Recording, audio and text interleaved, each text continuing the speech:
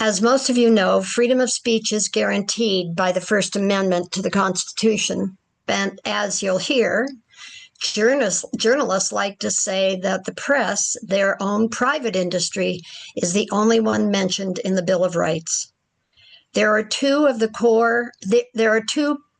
core positions of the League of Women Voters related to freedom of the press. First, that a democratic government depends upon information and active participation at all levels of government. The citizens' right to know is underpinned by access to the accurate information they need to vote with confidence and voice their support or opposition to government actions. And a second position of League is that the individual rights now protected by the Constitution should not be weakened or abridged. When the Denver League's program committee was deciding what topics to address in this year's briefings, Kay Shaw, one of our members, let us know about the activities of the State League's Task Force on News Literacy and Access and the award-winning documentary, Stripped for Parts, American Journalism on the Brink, which addresses the takeover of well over 200 newspapers, and I think that number is up again, including the Denver Post, by for-profit motivated hedge funds. The decision to do tonight's briefing grew from that discussion. We have posted in the Denver League's voter newsletter and in our weekly updates the link to view this documentary, and it can be streamed on PBS. We hope that some of you have been able to watch it. We held an event also to gather people together with some popcorn to watch Stripped for Parts. But don't worry, if you haven't watched the documentary, you'll see a trailer of it tonight. And one of the journalists featured in the documentary is one of our speakers, Larry. The State League's News Literacy and Access Task Force is going to offer an expanded discussion of the film by Zoom on January 20th at 5:00 p.m. Denver League will advertise the details on our webpage and in our emailed messages to members. Please see it in the chat tonight. You'll see a flyer, there it is, about the statewide event. Our speakers tonight are experts in the crucial role journalism and freedom of the press play in a healthy democracy. Larry Ryckman was co-founder of the Colorado Sun after he and other journalists were displaced in the takeover of the Denver Post. He served as editor and is now publisher of the Sun. He appears in the documentary Stripped for Parts. Previously, Larry was senior editor at the Denver Post, managing editor at the Gazette in Colorado Springs, and city editor at the Greeley Tribune. Ryckman spent 22 years at the Associated Press, where he was assistant managing editor, a national editor, and a supervisor of the AP's national desk in New York. Ryckman was named Colorado Journalist of the Year by the Society of Professional Journalists in 2022.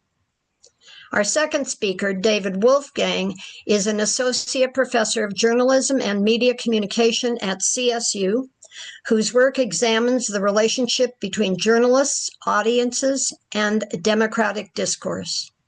A former journalist and trained media law scholar, he studies how journalistic practices, professional norms, and public dialogue shape the role of the press in society. He holds both a PhD in journalism and a JD in law.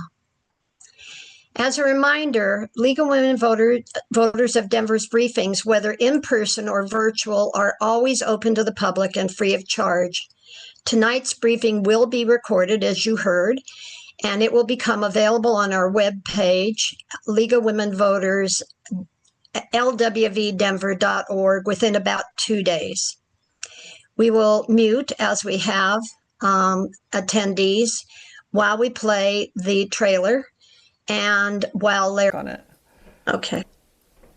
Larry, would you like to proceed? I'm happy to talk. So thank you all for having me. I mean, I couldn't be more thrilled to talk to you all about things I'm so passionate about, and that you're passionate about as well: democracy, freedom of the press. I'm here in Fort Collins speaking, and I was just speaking to a group here and making the point about the First Amendment, of course, and the founding fathers didn't adopt the First Amendment because they were great fans of newspapers. Newspapers. Larry, is there any way you can increase the sound from your end? I can try. I can try to put in my earbuds if that helps. Can you hear me okay now? Here, I'll put in my earbuds. Maybe that will be better. Let's just give it a try.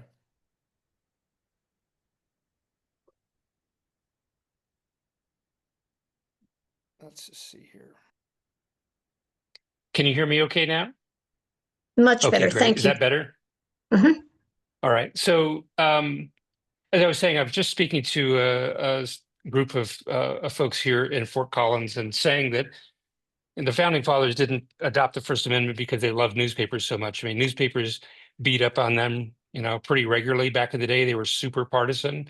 But they understood that a healthy society needs a watchdog and needs hopefully multiple watchdogs. And that was frankly one of the things that motivated me to do what I did back in 2018. So just a brief history lesson for you. The Denver Post at its height had 307 journalists in its newsroom. It was owned by Dean Singleton, who owned a bunch of other newspapers around the country. The Rocky Mountain News, just nearby, also had another 300 journalists or so. By the time 2018 rolled around, I was senior editor at the Denver Post. The Rocky Mountain News has been gone since 2009. The Denver Post was down to about 100 journalists. And we were ordered by the hedge fund owners of the Denver Post to vacate our building at the corner of Colfax and Broadway. You've probably all seen the white building that's across the street from the Capitol, the Denver Post building. Many of us thought better to lose a building than to lose more people because we had already endured so many layoffs. And then just a few weeks later, we were ordered by the hedge fund to cut another third of the staff. And that's when what's been called the revolution was launched. Our editorial page editor, Chuck Plunkett, took a courageous stand and published an editorial calling on our owners to sell the newspaper to someone who actually cared about Colorado and cared about journalism and freedom of speech and democracy. A number of us decided that there had to be a better way to make a living. And ultimately, I left the Denver Post and I brought 9 of my best people with me, including a number of Pulitzer Prize winners. And we decided to launch this little pirate ship called the Colorado Sun. By the way, I see in the chat, do we think we have a solution on the trailer? Do you want to try it? I guess I could try one more time if you don't mind. Sorry to be annoying.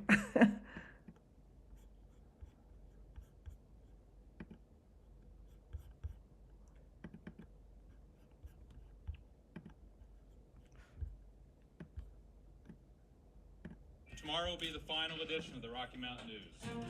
The last Can you decade guys and hear a it? half, we've seen Nope. 1,800 news. Not very. We can hear some. I can hear it. The Denver Post isn't dying. The Denver Post is being murdered.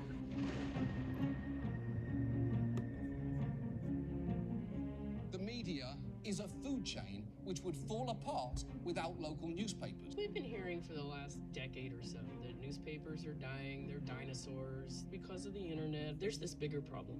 There's an industry that's out to destroy newspapers and doing it deliberately. Distressed investing is called vulture investing for a reason. They're feeding on a carcass of a company. They want to get in, make some money, and get out. What hedge funds will tell you is this is creative destruction in capitalism. We got bought by this mysterious company. Nobody even knew who they were. It was called Alden Global Capital, and it was a New York hedge fund. I said, you're an investigative reporter. Why don't you dig into Alden and just write about who they are and what they're doing, because people don't know. I work for the bad guys. When did that happen? When did I start working with the bad guys?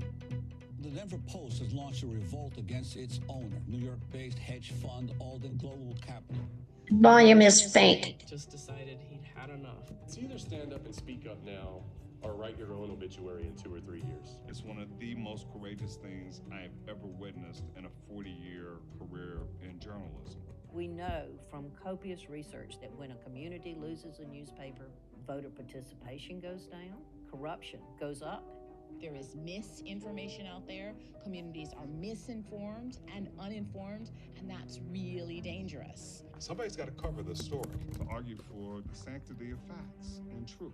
There are times in your life when you are thrust into a situation where are you going to stand up and risk everything, or are you going to back down? Newspapers are not just any other business. They are the only private industry specifically named in the Bill of Rights. History will not judge us kindly. If one day we wake up to realize we failed to protect our community's right to know, and in turn, our very democracy.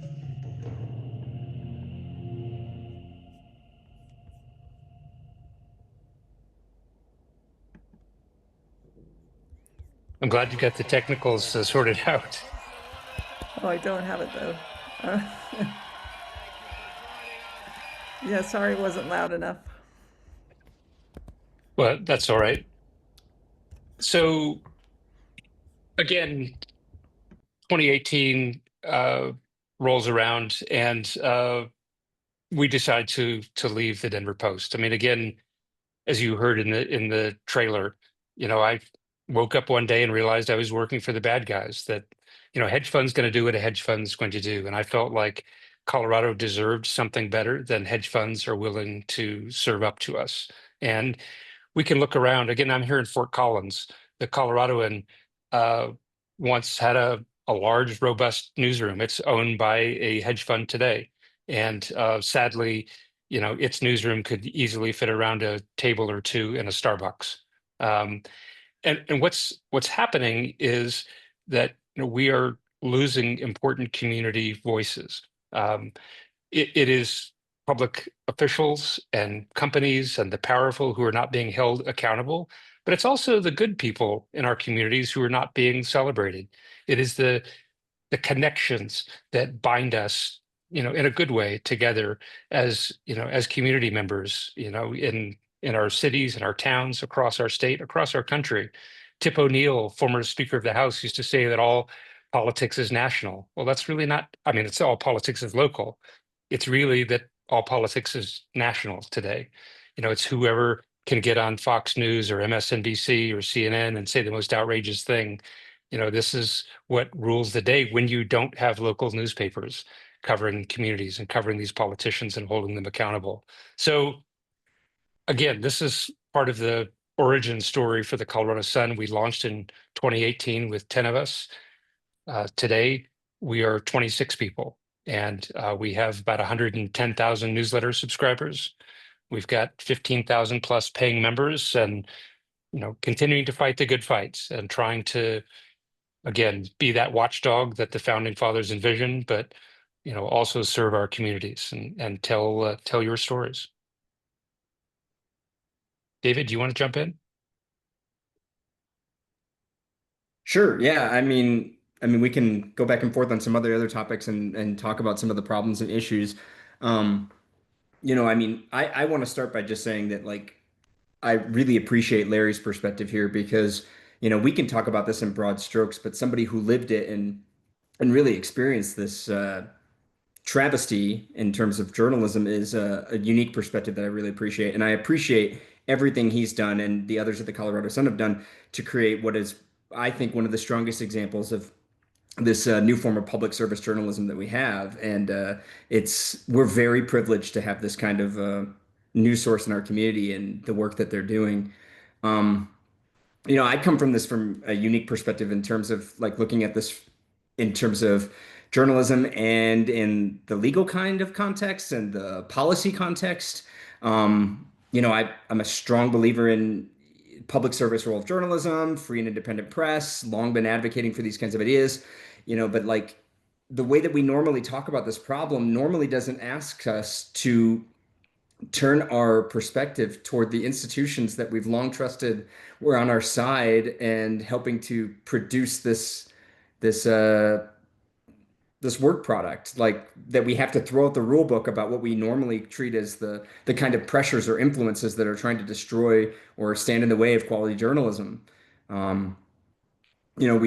We often advocate for like laws and policies that protect journalists and allow them to do their jobs without restriction. But at what point were we going to acknowledge that, we let the fox into the hen house when we started letting family newspapers get bought up by large companies? Like the idea of the hedge fund is maybe a little bit more new, but a generation or two ago, Gannett and Tribune and all these other companies were running around the country and buying up really high quality local newspapers and doing that first round of gutting. And then once the hedge funds came along, they just kind of finished the job off. That vulture metaphor really makes a lot of sense at that point.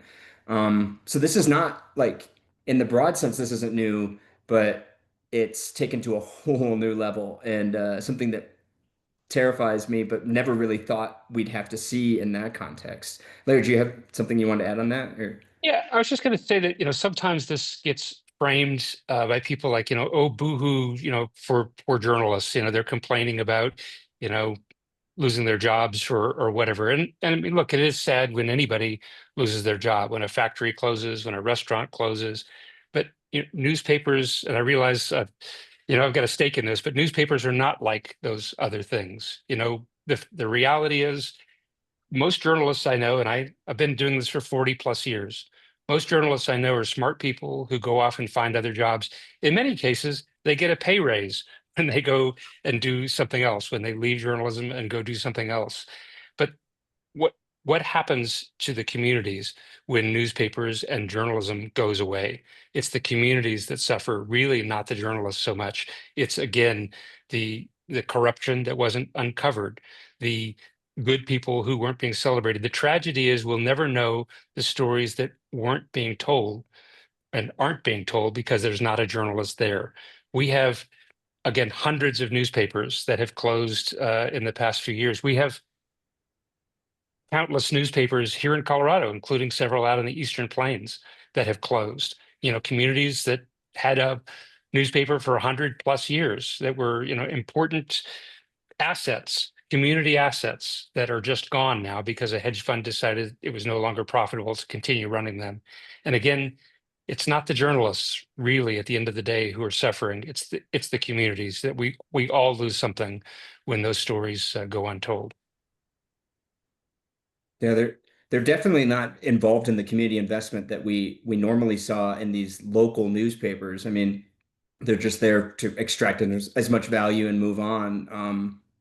I mean, the idea of public service journalism long has been like this very slow, trust-based, community-oriented public service context, building relationships, thriving on consistency, thriving on being people who actually lived in the community and made decisions about the places they actually lived. They knew each other. Um, it's kind of misaligned with the idea of a corporate shareholder approach to public companies. Like, I'm not trying to, I don't want to come across as being anti-capitalist either, but like the idea that we don't want this as our structure for journalism, I don't think is really that controversial. But it's misaligned with their approach and what they want and how they want to maximize efficiency and minimize cost, and it doesn't work for us. I mean, it's a financialization of an entire industry that used to treat information as a public good and now treats it as a commodity. And yeah, that's not how we would see it from a journalistic perspective.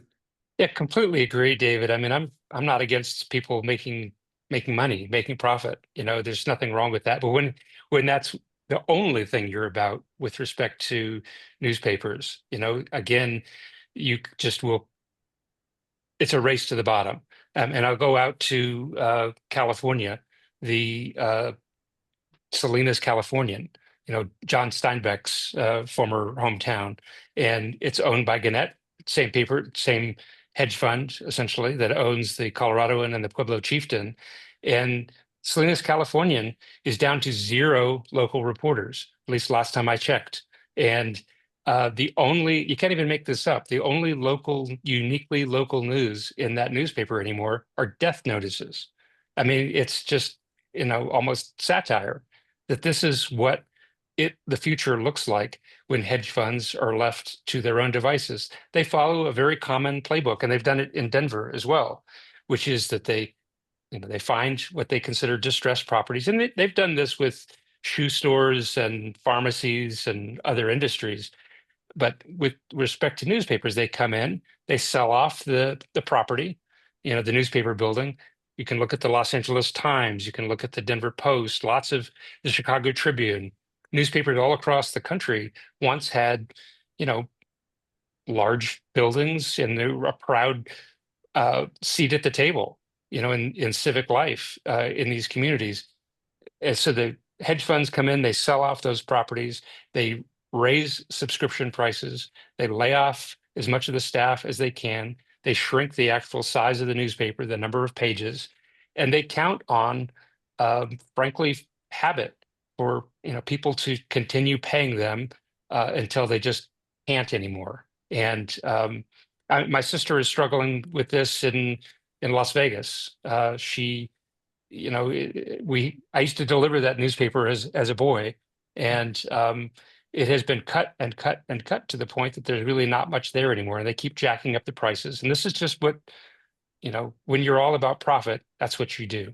And it's not really about providing a service to your community anymore. It's about extracting as much money as possible. And again, I'm not opposed to making money, but there's, in my view, when it comes to a public trust, like a newspaper, like journalism, there's something more than profit involved, which again, for us, we just decided to become a nonprofit, that we decided that, we're doing this for, for the right reasons, to serve our community, that we felt like Colorado deserved something better than a hedge fund was willing to give us. And as journalists, frankly, the old model, which we're seeing die before our eyes, the old model was an advertising-driven model, which was, sell a bunch of newspapers, but really what you're doing is you're selling eyeballs, for advertisers, for the car dealers, for the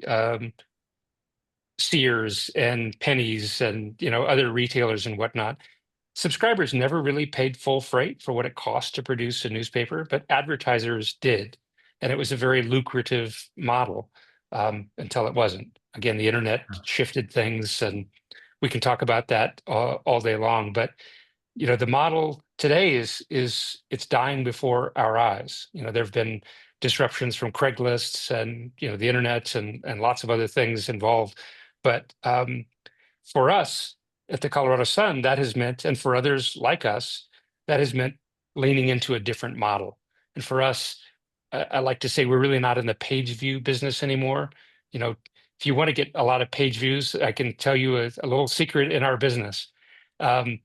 Every time the zoo has a new baby, they will do a press release with some photos of a zoo baby. And you have a reporter, at a desk, and you rewrite a press release and you post this, a story about the latest zoo baby. And for the record, I love zoo babies, nothing against zoo babies, but they're empty clicks.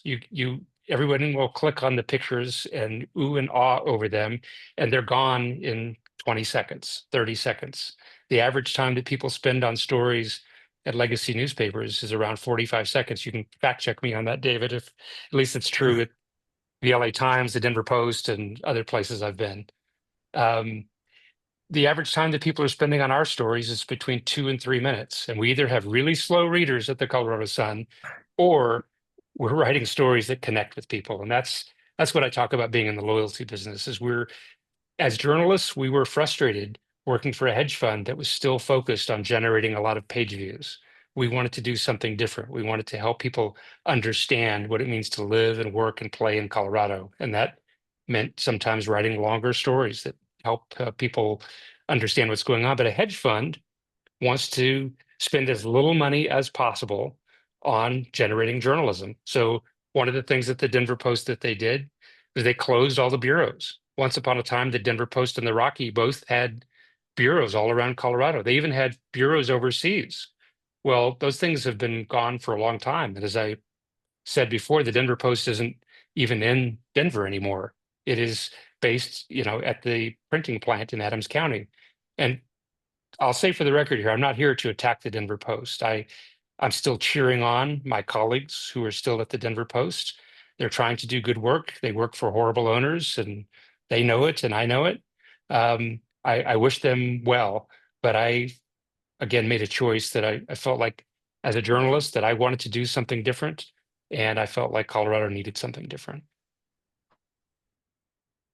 Yeah, I would say that I want to echo that as well because it seems like we do feel like, in a way, we might be beating up. I mean, I still subscribe to the Denver Post and read it along with the Sun every day. And whether or not the extent to which both is doing the same kind of business, they're very different products.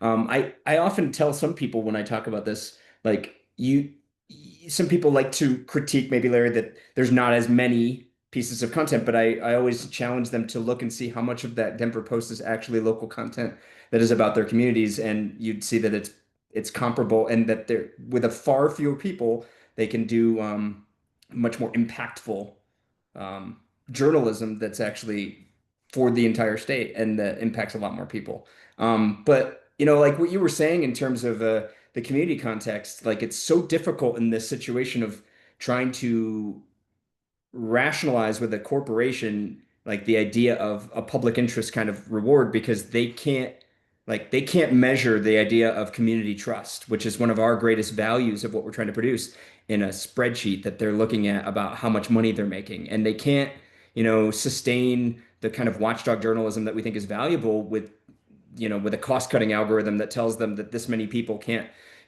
produce content for this cost.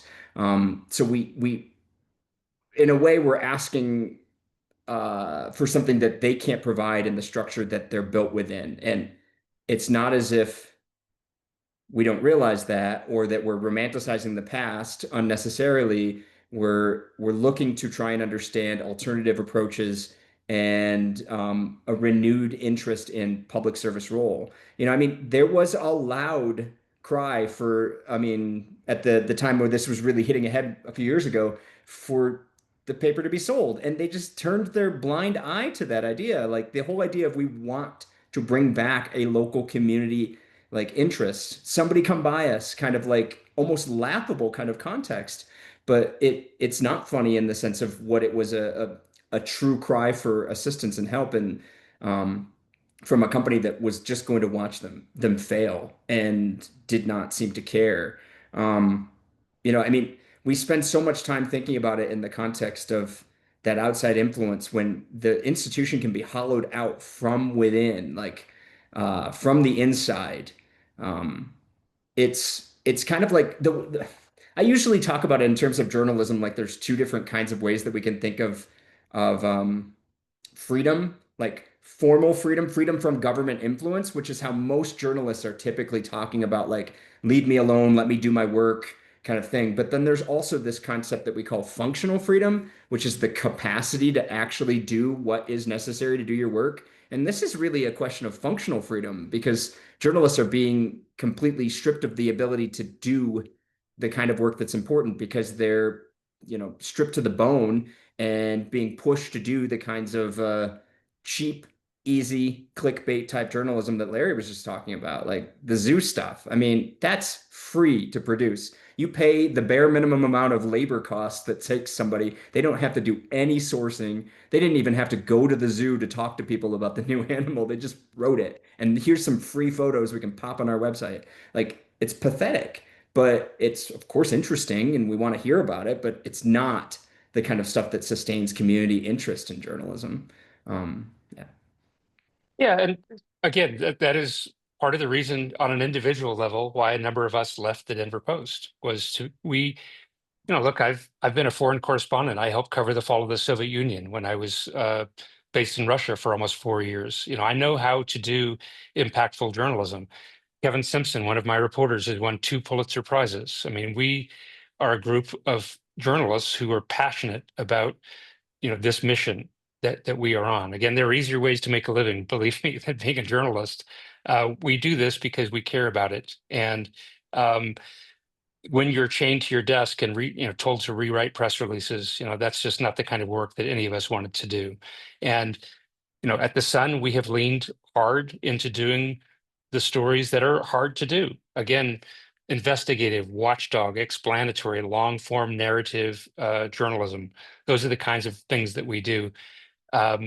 we try not to give readers, and this isn't really a plug for the Colorado Sun. I mean, there are others out there who are doing good journalism as well, but we're trying to fill the gaps. And one of the reasons I'm up here in Fort Collins is um, we're looking to expand our impact across the state. And we look here in northeast Colorado and see what hedge funds have done to the Greeley Tribune, what they've done to the Fort Collins Coloradoan, all of the newspapers. Janet asks here in the chat, how long will the hedge funds, keep ownership?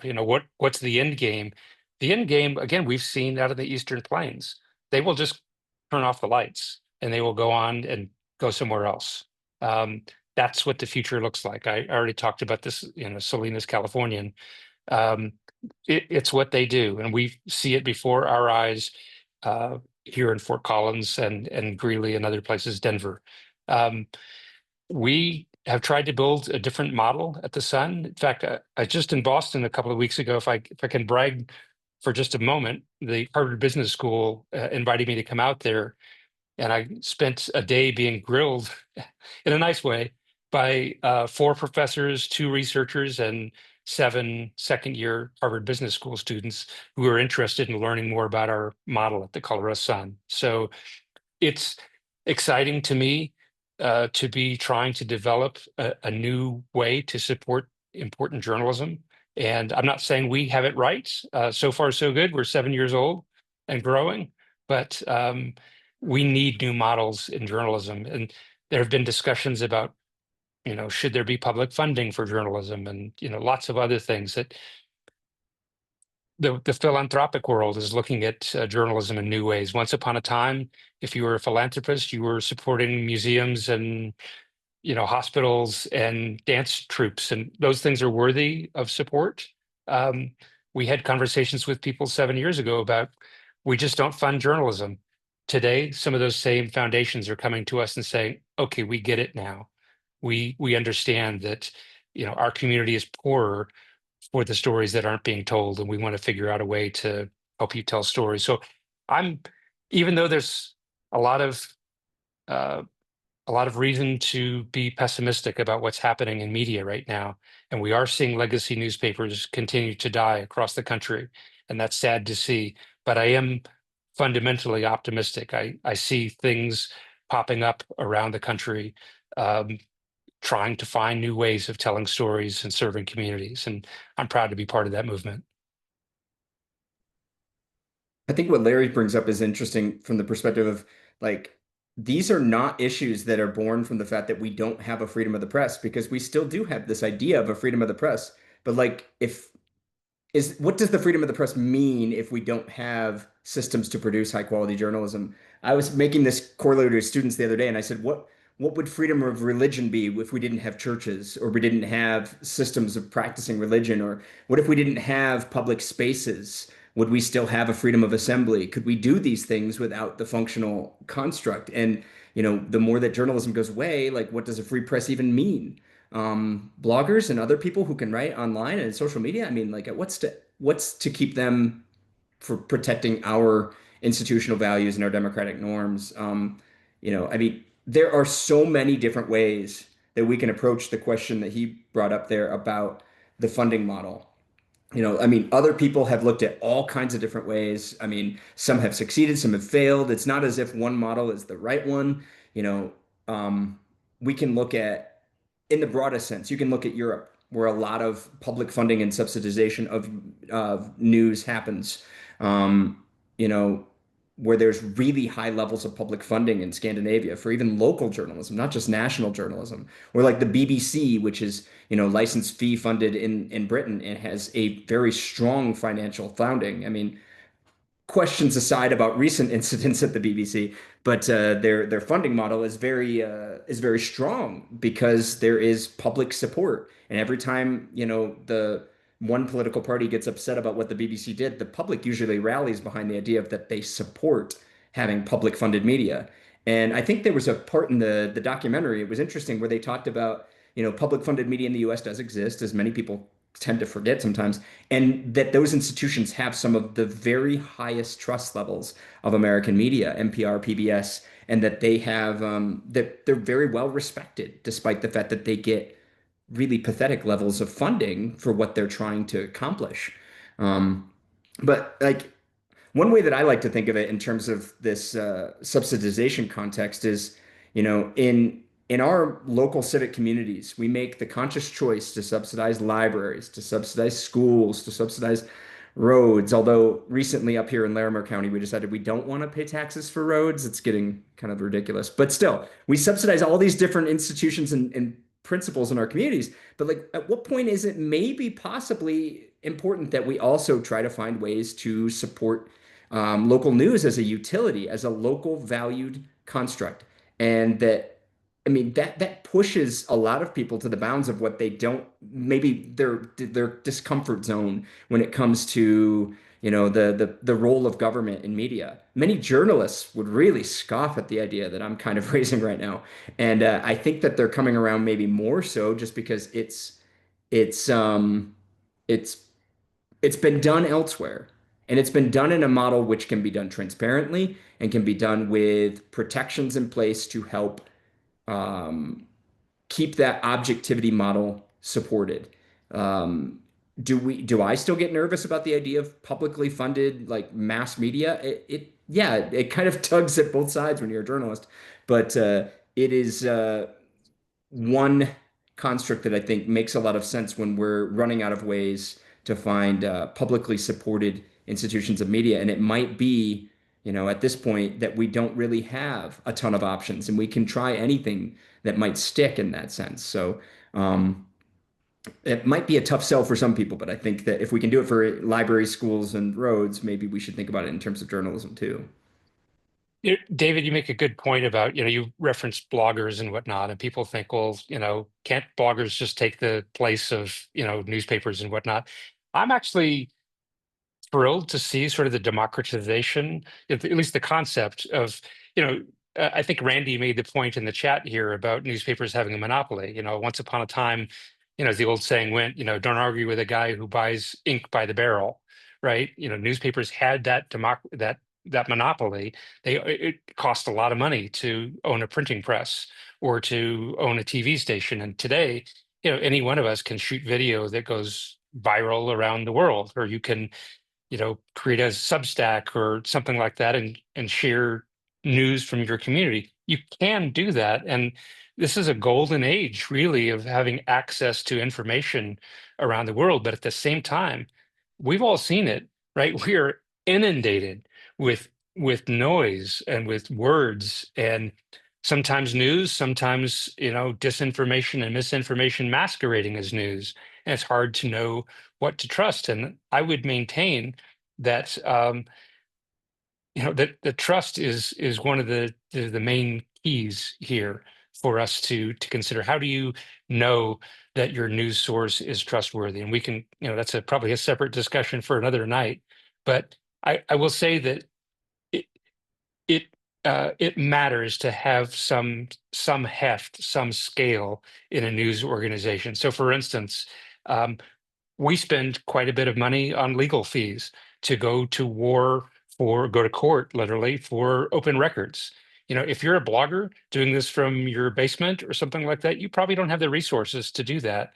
If a public agency is refusing to release records to you, you might not have the resources to go and fight for them. And these are public records that we're talking about. We fight sometimes to open meetings that are supposed to be open meetings. Colorado has an open meetings law, and if you are an individual blogger without significant resources, you might not be able to wage those kinds of battles on behalf of the public. Right? It's not about me; it's about waging these battles on behalf of the public and the public's right to know. Again, back to the very core of what the First Amendment was about. So while it's wonderful to see in many cases, individuals out there telling their stories and covering their communities, and I'm all in favor of more of that. But at some point, you need uh, whether it's the Colorado Sun or the Denver Post or the Fort Collins Coloradoan or whatever it is, news organizations with the resources to be able to wage these fights on behalf of the public. Yeah, I mean, you're in Fort Collins today. I live up here, and it's a constant battle for us to like look at the what's happened to our community in terms of what Gannett has done, because it's such a great example of, just absolutely decimating a local newsroom, destroying the local news ecosystem, and people here are desperate for local news content. It's not as if there's not a market for people who want to hear local news about what's happening. On campus, for instance, our student media is always inundated with requests for people to cover things in the community. And they're like, well, we're a campus newspaper, and like we have limited resources ourselves. And, what other institutions are there? There's not really much in our part of or our neck of the woods, and it's becoming increasingly difficult. Um, it's kind of surprising to see a city as big as Fort Collins, 100,000 plus, turn into essentially a news desert. We usually talk about news deserts as being mostly rural communities that are farther away from metropolitan areas, that have declining populations, that are typically former rural or farming communities. That's often like the Eastern Plains. But now we're seeing growing, like wealthier, richer, higher SES communities with an educated workforce that can't sustain a local media organization, or that a company doesn't want to invest in a local media organization. That's really sad, because my feeling is that the city of Fort Collins could support one. It's just that they don't have a strong community relationship with the one that's sitting in their town that doesn't want to do its job. So you might have heard that soundbite from me in the trailer about the Denver Post isn't dying, it's being murdered. It's Yeah. really not that communities can't support their newspapers. They can, and they have. It is, but the hedge fund model is to continue to generate 20-30% returns, on their investment. And it's just not sustainable. King Soopers, probably is making 4 or 5% margins, and they are able to run a grocery store that way. It's just not realistic to extract the kind of money that hedge funds extract from, again, that extracts from the Coloradoan, or Alden Global Capital extracts from the Denver Post and others. So Kay was asking me to talk about the trust project. I referenced trust a little while ago. How do you know who to trust? And it's a big issue for us. And uh, we applied to the Trust Project, which is itself it's a national nonprofit. And basically they asked us, or demanded, that we jump through a number of hoops to demonstrate that we are a trustworthy news organization. Do we show our work? We are human beings, we're not AI. So as human beings, we occasionally make mistakes.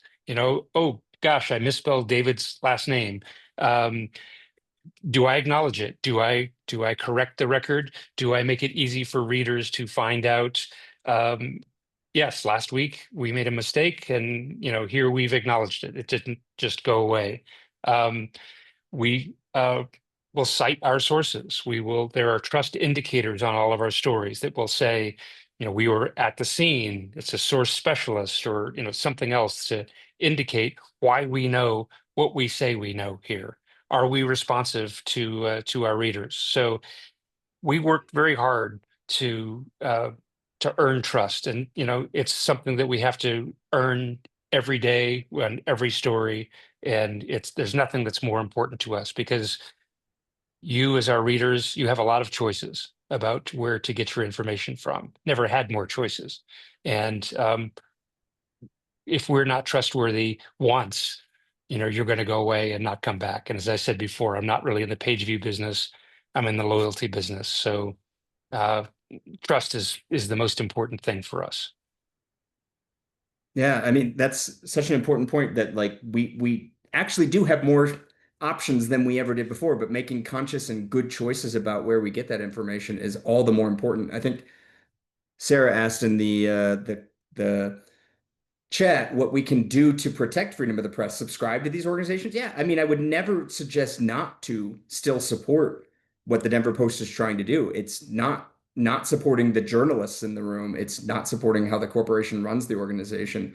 If you can, and you're willing to, and you still If you live in that area and you want to benefit from what they're doing, do that, but also speak out and support the journalists on the ground who are doing the good work, and speak up when you feel like they're failing, and call them out when you feel like they're not covering things the way that they should, or that they're missing stories, or that they're not hitting things. Point out when the Sun gets something that they completely missed, and vice versa. I'm sure Larry loves those emails.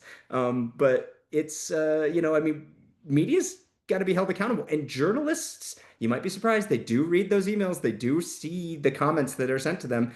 If you do reach out with ideas or with conversation starters about what's happening in your community that you think they could cover, they're seeing those discussions, and they want to hear from their communities like that. Yeah, Larry, did you have something? Yep. Yeah, I just wanted to echo that. I mean, I actually do love getting those emails. I mean, look, because it means that somebody read it and they cared enough to respond to it, whether they like a story or they don't like a story, And frankly, I'm, I've been doing this, as I said, for 40 plus years, and I care about accuracy. I care about getting it right and being fair and those things. And if we somehow fell down and failed to, you know, do the kind of work that we're capable of doing, I want to know about it, and I want to correct the record. So, it is important to me.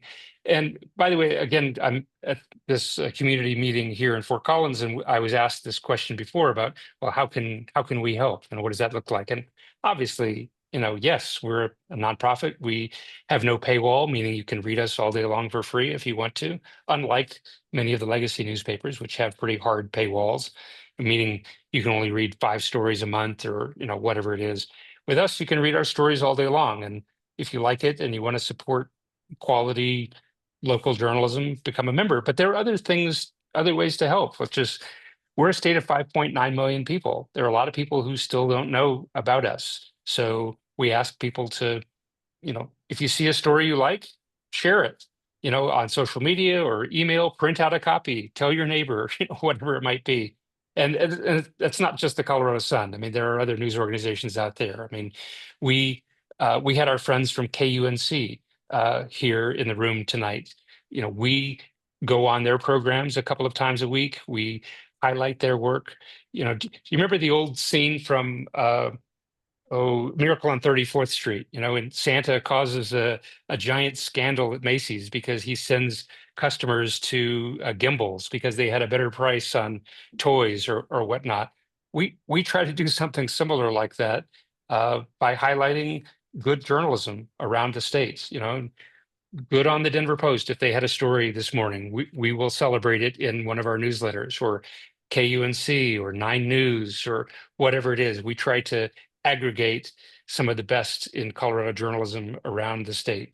As I said before, we're on team democracy and team journalism. And if somebody else has a great story, we don't race out and try to, as we say in our business, match it and recreate that same story for you. We try to say, look, go read the Denver Post. It was a great story. But meanwhile, here's 3 other stories that we did today that you're not going to find in the Denver Post, and you can, judge those for yourself. Yeah, I also wanted to go back to, I'm trying to look at the chat. Something Susan asked earlier, you asked about the journalism students and how they feel. And I feel as if when this conversation was going, in some ways we can get a little bit negative, and I want to make sure that we keep that positive tone that Larry was just using there. Our journalism students are very passionate about the same things that we're expressing today. They're young, they haven't had the opportunity to work in a lot of newsroom experiences yet, but they're hearing the same kinds of perspectives, and they're passionate about doing good journalism and upholding these ideas. Do they see the dangers of what we've all noticed? And did they ever get to work in the world that we saw at one point? No, but they are strong believers in a free press and advocate very passionately for protecting their free press rights, and will speak up when challenged. And so I'm hopeful about the next generation of journalists. Will journalism look differently? It always over the last couple decades has continued to shift and change. We spent generations, of practically printing money at one point in the 90 or the 1900s, with the ability to make money with newspapers, and that world is gone, and it's going to be different. But I don't think that the idea of what they're trying to accomplish and produce is going away, and the people who want to do it care really deeply about doing it. I just want to echo that. I am always, it's just good for my heart, whenever we get an intern, to see that there are young people out there who are passionate about storytelling and public service. The industry has changed so much. David, I'm really, really old. My first newspaper job, seriously, I used a typewriter and had a paste pot on my desk and would take out the pieces of paper from the typewriter and literally paste them together and hand them to an editor who used a grease pencil to mark them up and whatnot. We had no idea about cell phones and social media and all of the rest of it. The tools have changed dramatically, and in many ways, yay for that. That's a good thing. It has presented its own challenges as well, but the core things that we do, speaking truth to power, holding the powerful accountable, sharing stories of each other, and helping people to understand what's going on in our communities, those core things we take with us in whatever platforms, with whatever tools we use. The need for journalism has never been greater. I mean, we need journalism today more than ever. You can look around and judge for yourself. You know that to be true. And I am optimistic that there is another generation or two or three coming up behind us who are ready to take the helm and tell these stories and do this important work. I feel similarly. I'm trying to see if there's any other conversations here in the chat that we should touch on. Susan, I'm just curious if you've been watching. If there are other things that you want us to respond to. I'll let Pearl in. Perlin, sorry. No, that's okay. There was a comment on funding again, and whether it would be useful to explore a similar thing to the Scientific Cultural Facilities District, SCFD, as a way to fund. Yeah, I mean, as David suggested, there's a lot of internal. I'm hearing an echo. Oh, Anyway, I don't hear an echo. Sorry. Sorry, I guess that's just me. There's a lot of debate internally in the industry about public funding. Right? Like nobody wants a journalist to be sitting in front of a panel of senators explaining ourselves, in order to get public funding. Right?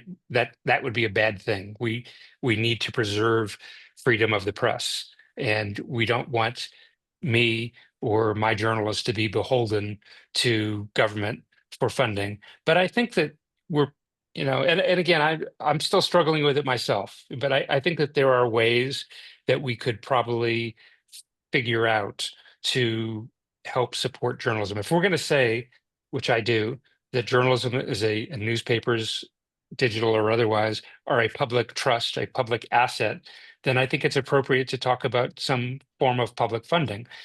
Frankly, we've had public funding of newspapers for 100+ years in the form of legal notices. And that's something that continues to support a lot of newspapers. If legal notices went away in Colorado tomorrow, you would see half or more of the newspapers close immediately because they would no longer be profitable enough to keep the lights on. California and New Jersey, David may know more about this than me, but California and New Jersey are among those who have been experimenting with public funding for newspapers. So there are possibilities, including tax breaks and other potential options. I'm going to have to transition to my phone. I'm getting kicked out of the library wants to close, or the community center wants to close. So I'm going to move over to my phone, but I'll join you in just a minute. Are there any other chat questions that you want to be sure are addressed, Pearline? There's another one about funding. What about CPR funding or purchasing the Denverite? David, do you have any insights on that? I'm not as familiar with the. Oh, I'm getting an echo now too. There we go. I'm not as familiar with the background on that their purchase of the Denverite and all the things that are behind it. CPR has had some pretty good success at building out its newsroom and becoming one of the stronger, larger newsrooms in the state, which is kind of uncommon in many places where newspapers still have the largest newsrooms.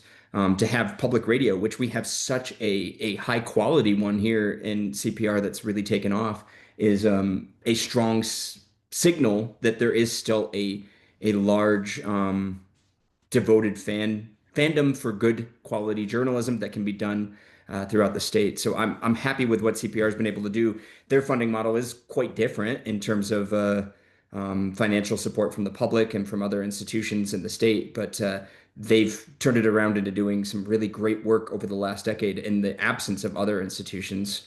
Um, I want to point or piggyback a little bit on what Larry was talking about a minute ago with the other kinds of financial incentives. These are things that other places have tried, from, payroll tax credits for hiring reporters for news organizations to be able to afford it.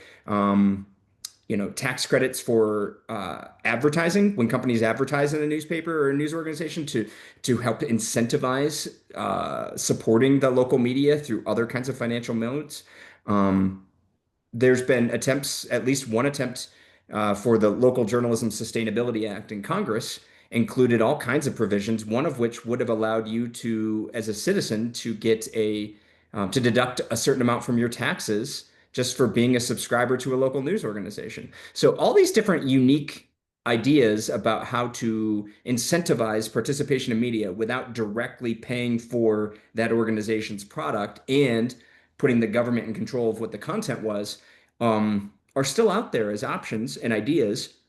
At this point, there's no bad ideas in brainstorming at that, in the point where we're trying to find anything that will help us to support that media.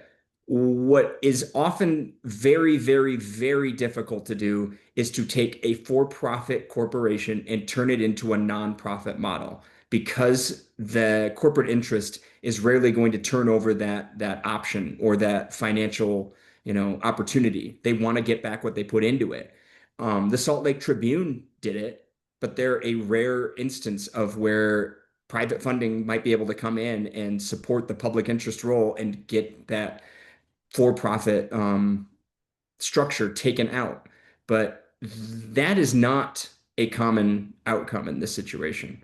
The more common outcome is what happened in Baltimore with from the film, if you remember the banner, and what happened with the Sun, creating an alternative option that is funded differently, that is an alternative to the original. Because, man, the cost it takes to buy out a for-profit institution and then make it nonprofit is just astronomical. So we have a rare circumstance in that Salt Lake kind of context where it did actually work. I see Larry's back. Do we have you back? Yes, I'm here. Sorry about the lighting. It's Oh, no. doing the best I can here. We were just chatting about first of all, CPR and the Denverite, and also CPR's kind of role in journalism. And then we were talking about other kinds of financial models and tax incentives. So just trying to think about like the broad context in which this can be done without getting government into directly funding journalism, but finding incentives to get people to participate in journalism without paying them. Yeah, again, I think that, look, we can, as community members, we can put our heads together and figure this out. I mean, again, I've been greatly encouraged that there are a number of philanthropists, including some here in Fort Collins and elsewhere around the country, who have come to us at the Colorado Sun and said, we want to help you. This maybe has not been traditionally part of our kind of giving portfolio, but we understand the importance of journalism, to our society, to our local communities, but also to our nation. The folks at the Knight Foundation say something smart, which is, when they're out talking to philanthropic groups, they will say, I don't know what your issue is. It might be water, it might be education, it might be museums. But if your number two issue isn't journalism, then you're never going to move the needle on number one. So they're making that point that we all have a stake in ensuring robust conversations in our communities. So I can't help being an optimist. You have to be an optimist to start any business, much less something in the news business. So take that with for what you will. I'm an irrepressible optimist, but I do see a lot of reason for hope. Again, in the young people coming up behind me, also in the conversations that are happening. And again, at the Colorado Sun, it was such a simple model that almost sounds naive, which is to say, we want to help. We're here to serve the community. You can read us all day long for free if you want to. But if you want to support quality, independent journalism, if you want to stand up an alternative to the hedge funds, won't you consider giving us $5 a month or more if you can? And we've had thousands and thousands of Coloradans step forward to do that. And again, we have a 26-person operation today. We were 10 people when we started 7 years ago. While legacy newspapers, the Denver Post, I'm sad to say, when I left was down to around 70. Today it's around 50. And it is heading in one direction, I'm sorry to say, as long as a hedge fund owns it. Same is true of any legacy newspaper out there. And to me, hedge funds are going to do what they're going to do.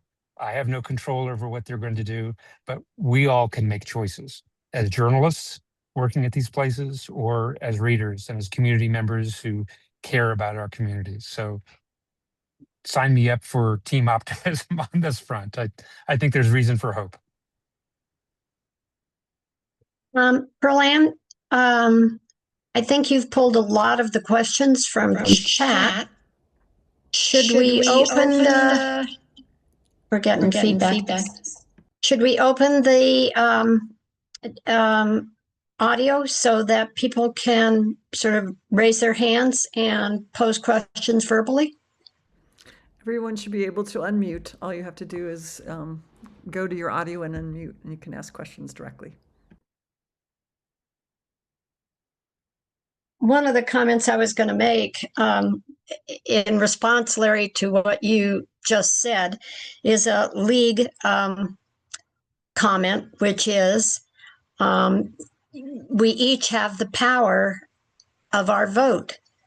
And that can be a vote on a ballot, or in this case, a vote to choose a trusted source of news and journalism. So it's a similar way of ensuring that we have our say in a democracy.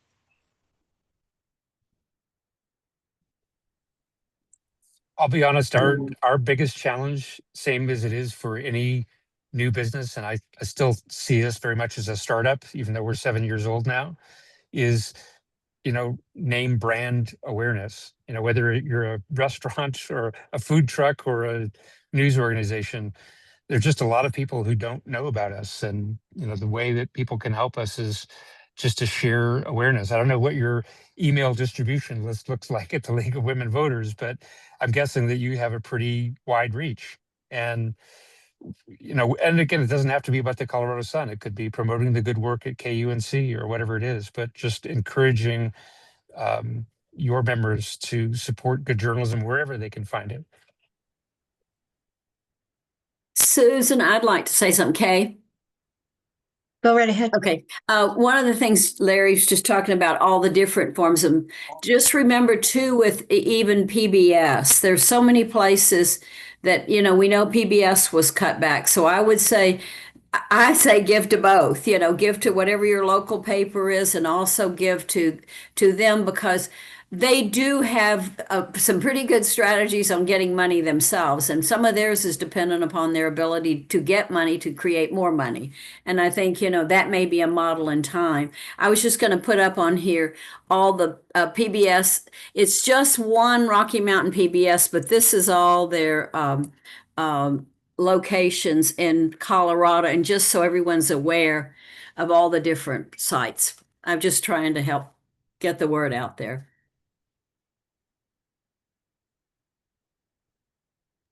Yeah, and frankly, it was painful for us at the Sun to watch what happened to, with the Corporation for Public Broadcasting and how that's impacting public radio, public TV. Again, our friends from KUNC are here tonight.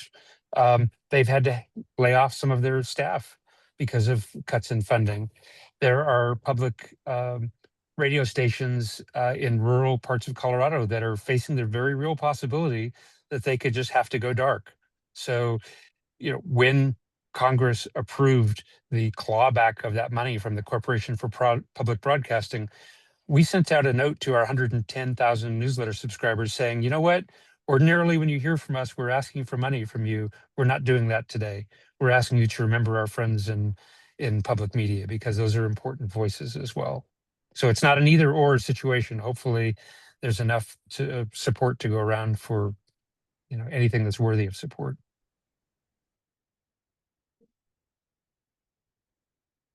Other questions or comments?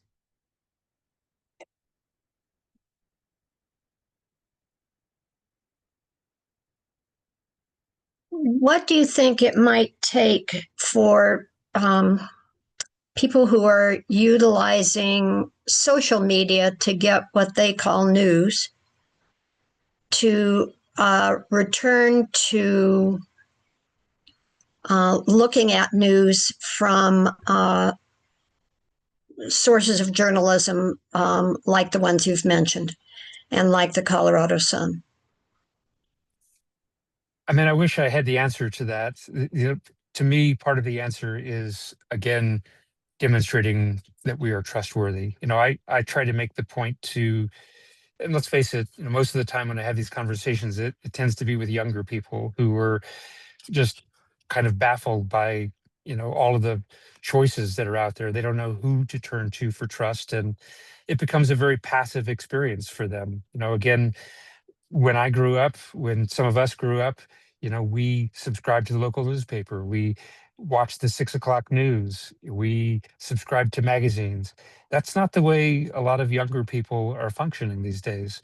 They, are getting news from TikTok or from social media, from their news feeds, and it's a passive experience. They're letting algorithms decide what news or what information or what's posing as news, comes before their eyes. And I feel like there's a big media literacy effort that we probably need as a country, as a society. I don't know that I can solve that here at the Colorado Sun, other than trying to show our work, demonstrate our trustworthiness with every story that we write, and do our best to get out and tell our story in the community and show up and tell important stories. I mean, we are continuing to grow, but again, we're a state of 5.9 million people, and there are a lot of people we haven't yet reached. So we're depending on word of mouth, and I wish I really knew the answer to how do we pry people not necessarily off of social media, but not to leave them there stuck solely on social media as their source for news. And we're on TikTok, we're on Instagram, we are on Blue Sky and X and Facebook and other forms of social media. So I'm not anti-social media, but it's the challenge is to get people to move beyond social media and go find the actual journalism that might be promoted there. And I just want to point out that, like, from my perspective, like working with the Gen Z day in and day out, that this generation, I mean, is raised on an idea of like information overload in ways that they never understood the context of what we just described as being our norm, even just a couple decades ago. And so they're a product of the institutions that are out there to purposefully infiltrate them with systems that will entertain and keep them tuned in for profit motives that have no interest in maybe driving their educational or informational needs. And competing against that kind of insane profit-driven model with locally sourced and locally produced journalism is, not to be too unfair, but is a losing battle in some ways because of the institutional structure behind it. So I don't think that that was how Larry presented it. I didn't want to get that context, but like it is tough from their perspective to see how local media is serving the same kind of interest when they're inundated with systems that are meant to keep them clicking, scrolling, and keep them kind of engaged in that ecosystem without leaving it. When I talked to a group of students a while back in Boulder and asked, where do you get your news? And I sort of got shrugs and, from my news feed, et cetera. And then I called on one young woman. I said, tell me, why don't you care where you're getting your news from? And she said, news is it's a downer. It's depressing. And I said, okay, but with all due respect, that's like saying you don't like food because all you've ever eaten is fast food. I'm trying to serve you a fine meal at the Colorado Sun, the kind of meal where you have a nice cup of coffee, maybe a glass of wine, and multiple courses, and you push back from the table and you say, that was filling. I got something out of that, and it wasn't just empty calories. So that, that was one reader I was able to get on that day, but it's a challenge. I don't know that any of us has the answer. I wish I did.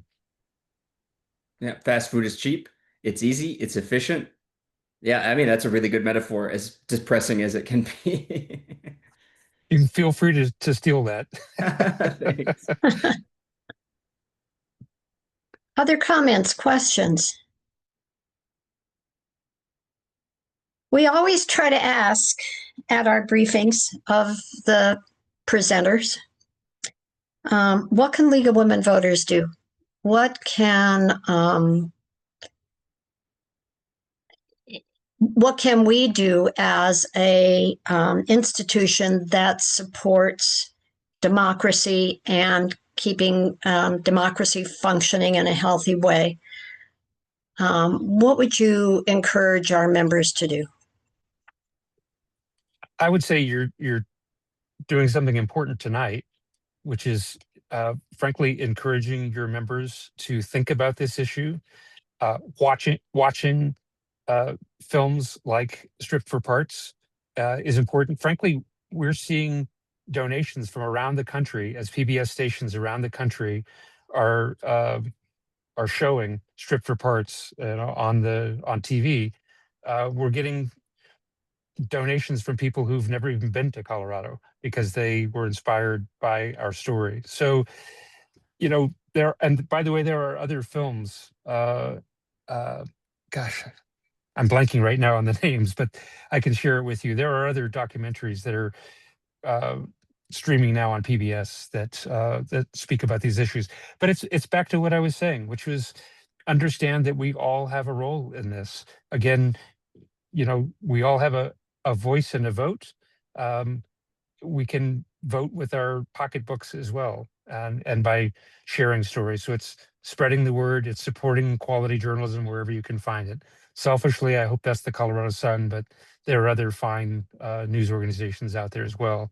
And to understand that if we do nothing, the hedge funds will do what they're going to do, and we will all be poorer for it. So it's to make some choices and to support quality journalism wherever you can find it. I would just add as well that you can also advocate for policies and with your local politicians and others about things that will protect small local media and journalism. There have been attempts to try and pass legislation that would help incentivize and protect local media and making sure that they understand that that's something you care about. One of the other films that you recommended, I just pulled up the email, Larry, is a documentary called Truth Be Told. And I watched that and I thought that was excellent too. And it really does talk about smaller communities and what happens in smaller communities. Trusted Sources is the other one that I was trying to think of. It's right. Made by another Colorado filmmaker. And I think there's another one. I don't know that it's streaming on PBS, but it's floating around somewhere called News Matters. But frankly, just raising awareness that this issue is happening. I'm David and I are so immersed in this that we, could talk about this all night long with you, but there's still a lot of people who really don't understand what's happening. to this, vital institution, and it does matter. Well, I certainly want to thank both of you for being here tonight, and for the work that you're doing, training new journalists to continue the profession with ethics and, as you say, passion. And Larry talking about other models for good, solid, trusted journalism. We really appreciate what you're doing. We appreciate the time you took tonight to be with us. And I think you will probably stimulate further discussion of what has been brought up tonight. Thank you, everyone who's attended the briefing as well. Good to see familiar names and faces as well as new names and faces. Again, this is being taped and it will be on lwvdenver.org, our website, and you can watch it again if you missed anything that was offered tonight. Take care, and we won't have a briefing in December. So I want to wish everyone happy Thanksgiving and other holidays that you might be celebrating. And thank goodness that planes are getting places again so that you can see relatives that you hope to see at these holidays. And if you're not a member of League of Women Voters, we urge you to consider membership in our organization. And we could certainly use more volunteers on our program and advocacy committee that Sarah and I co-lead. So if you're wanting to figure out something else to do in League of Women Voters, contact one of us. Thanks again. Good night. Thank you so much. Good night. Thank you.